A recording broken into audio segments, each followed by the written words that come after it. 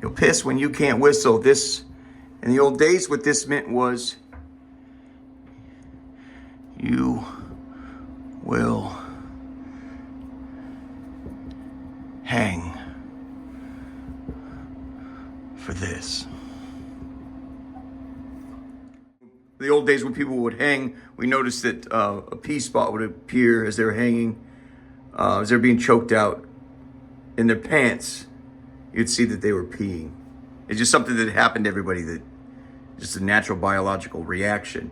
If you need a contemporary example of this, you go back to George Floyd. You remember him? The coronavirus mess.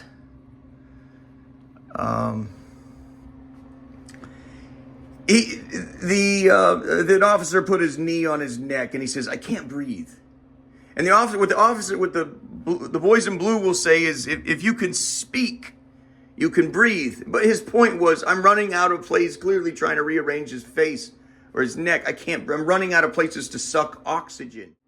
And then you see a bunch of liquid rush past him. I'm convinced it came from his crotch and he was being sincere. I really can't breathe. And that was him pissing when he could not whistle.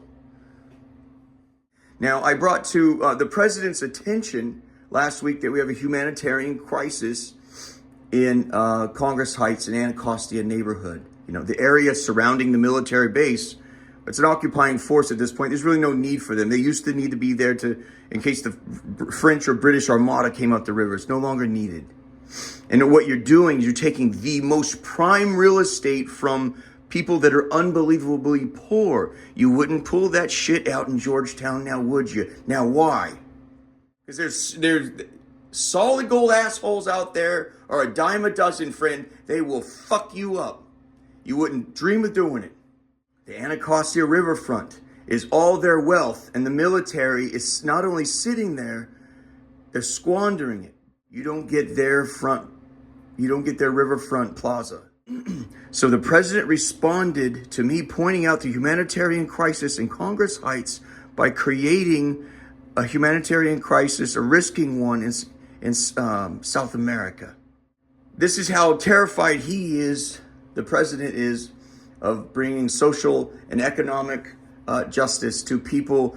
That community has experienced decades of unimaginable rot.